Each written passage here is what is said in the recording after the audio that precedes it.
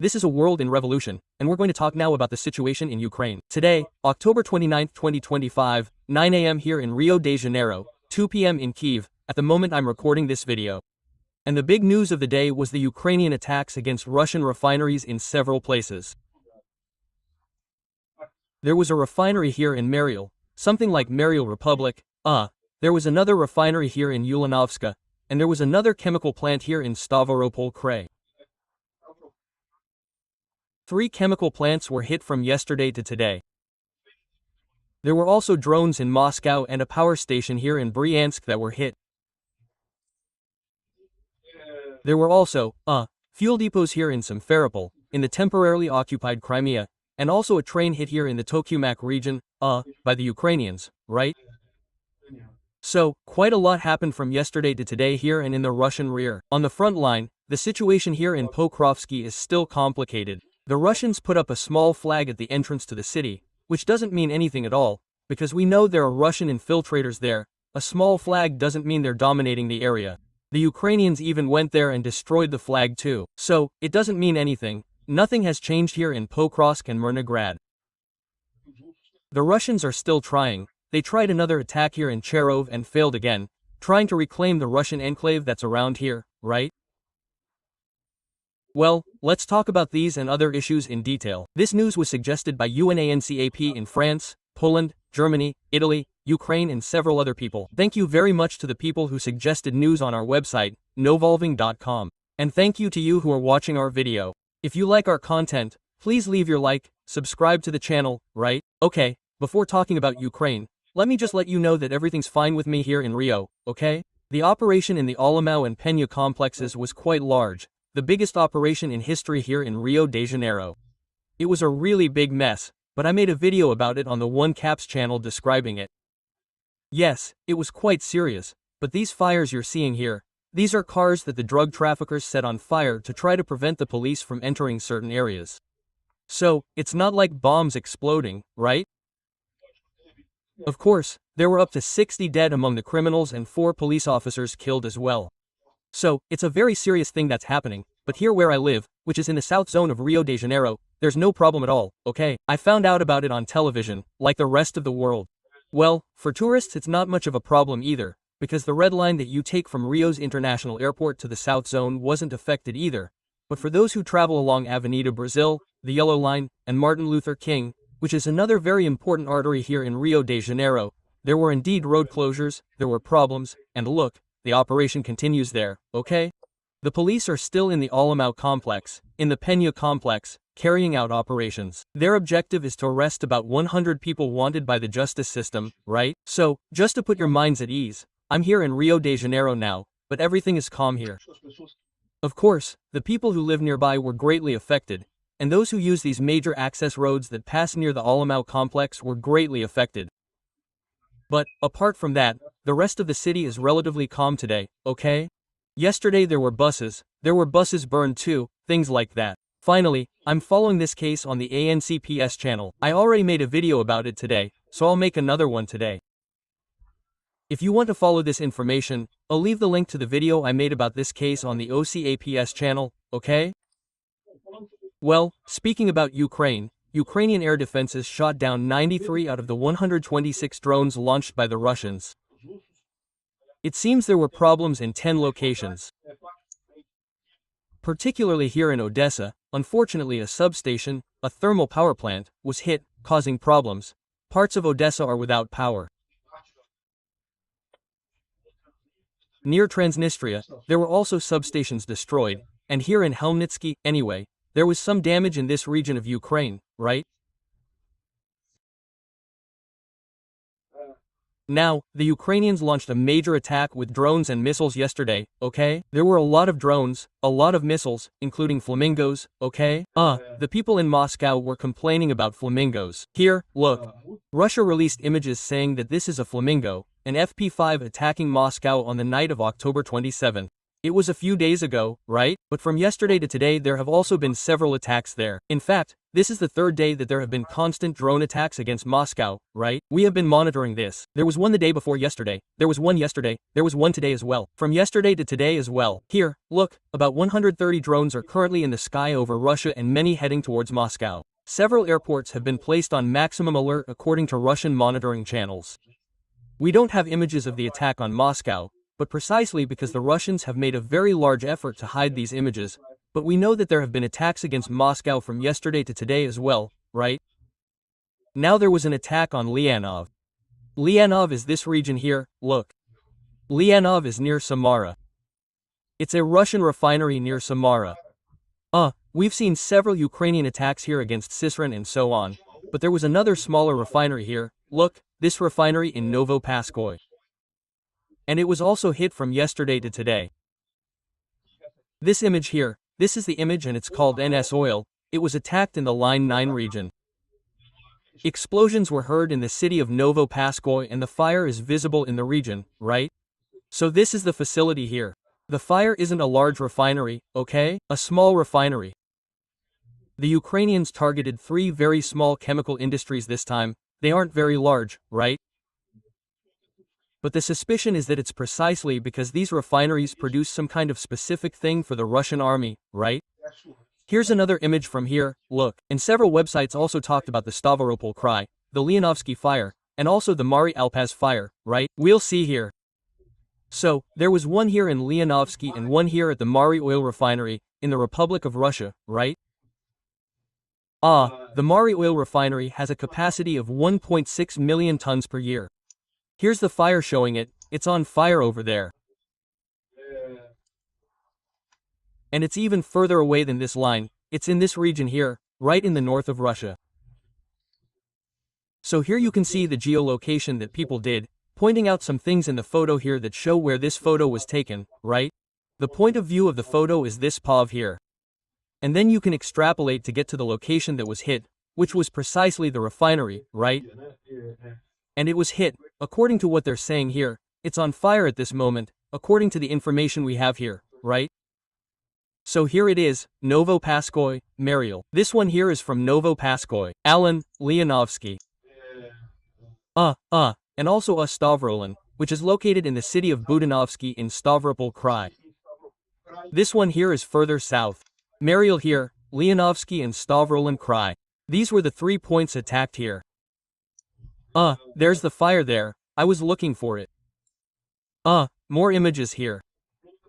This plant is a chemical plant and one of the largest producers of chemical products in the region.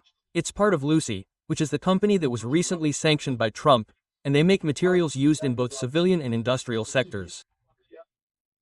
And in addition, a nearby power station was also hit in the region, right? So, consolidating these deep Ukrainian attacks on Russia, at least 3 large chemical facilities were destroyed.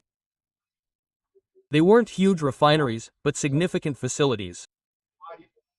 The Mari oil refinery, the NS oil refinery in Ulyanovsky and the Stavrolan petrochemical plant in Budanovsky in Stavropol Krai, right? In other words, an excellent result for the Ukrainians here, right? Well, in addition, the Ukrainians also hit a Russian military base in Bryansk. We can hear people talking about it, you can see some smoke in the background. That's in Bryansk. And in Bryansk, the Novobryansk power station was also hit, it caught fire there, right?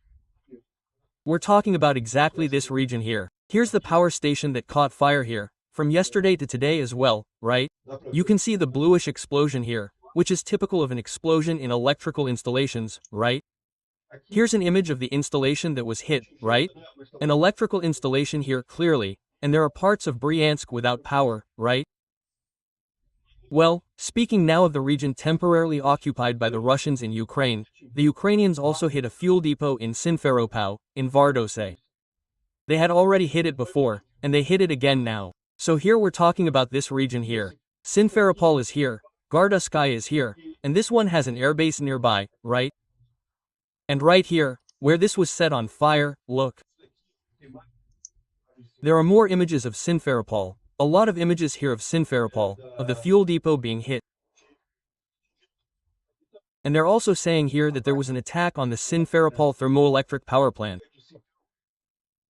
So, the oil depot was hit, and the Serapol thermoelectric plant was also hit in that region, right?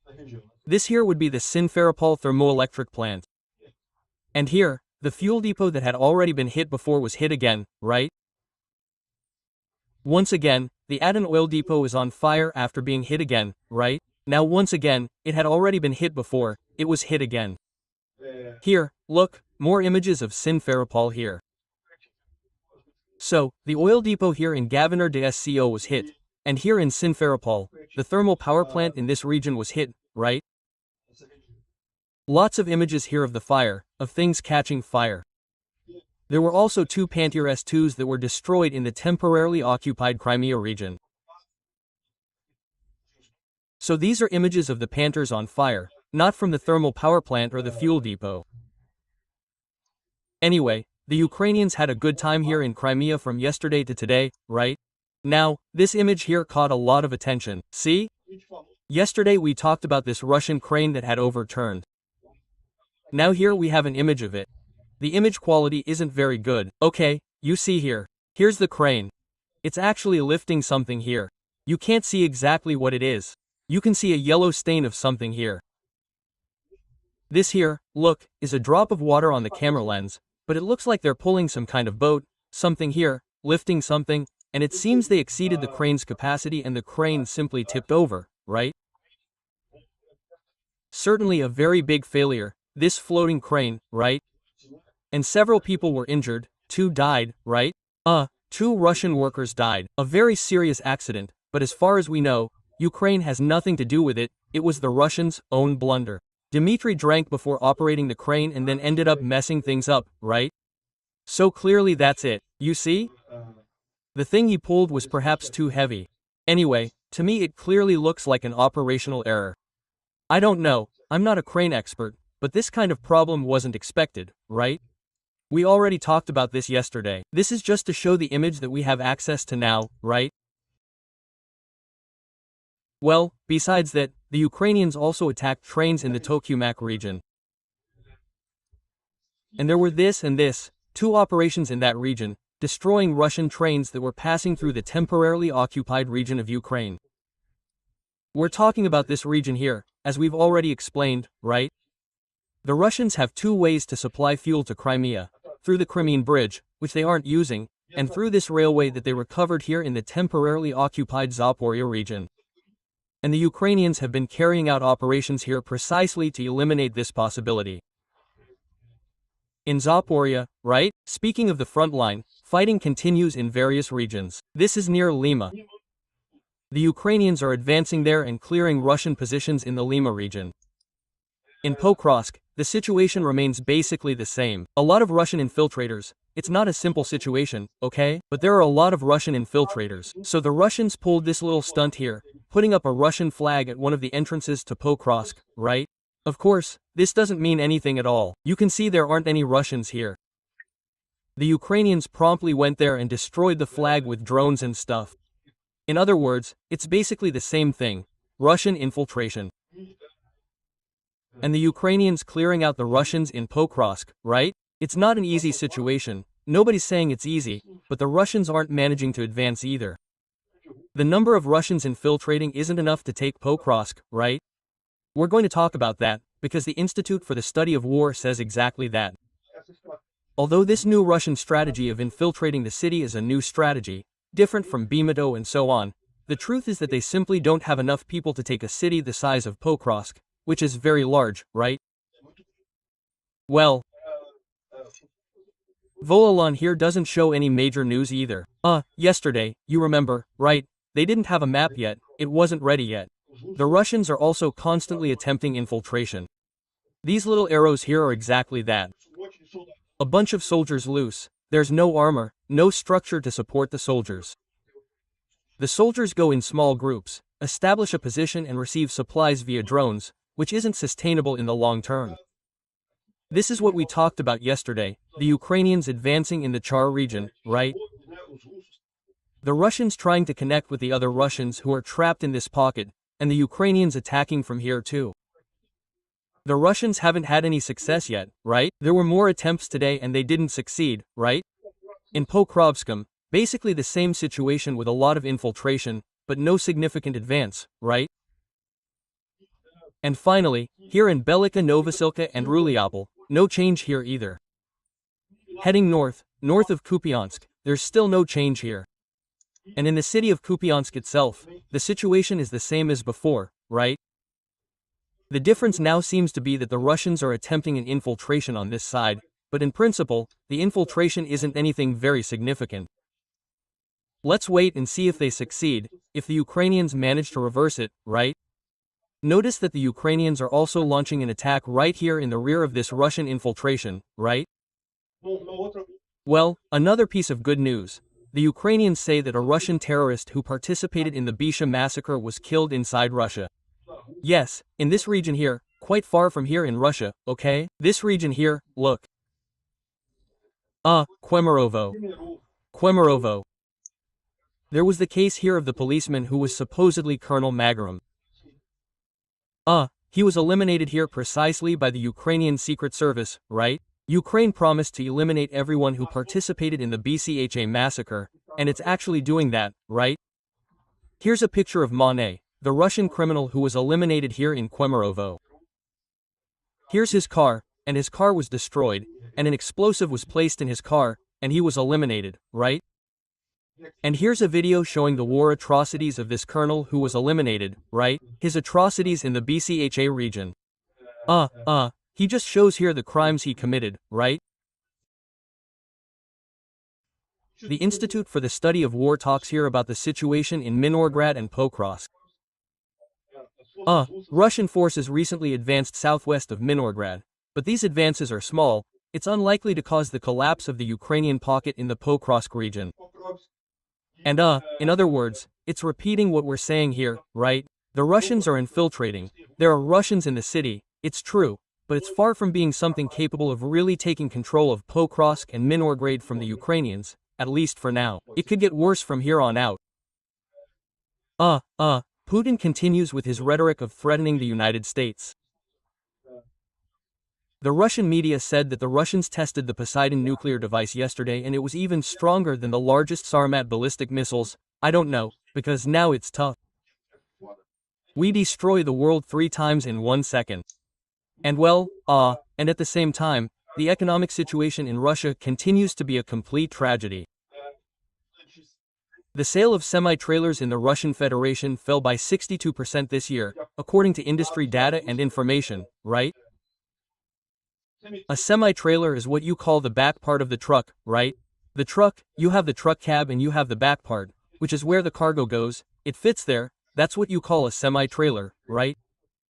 In other words, sales of these semi-trailers have fallen by 62%, indicating a much lower use of trucks, which suggests a very serious economic problem in Russia, right? Trump is preparing more sanctions against Russia to force Putin to negotiate, according to the Ukrainian ambassador, the American ambassador to NATO, Itaker, right?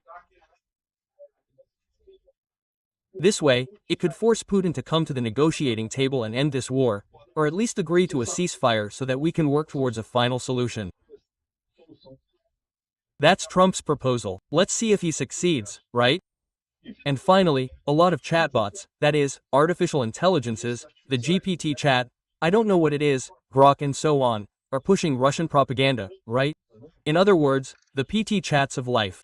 This is not surprising. After all, they gather information from the internet with even less discernment than human beings, right? Human beings are careful to trust people they know. The chatbot is just sweeping the internet, right? And the Russian disinformation strategy is precisely to put a lot of misinformation out there, hoping that even if it comes from unreliable people, someone might consider that information true, right? So, that's how chatbots end up being victims of this type of propaganda.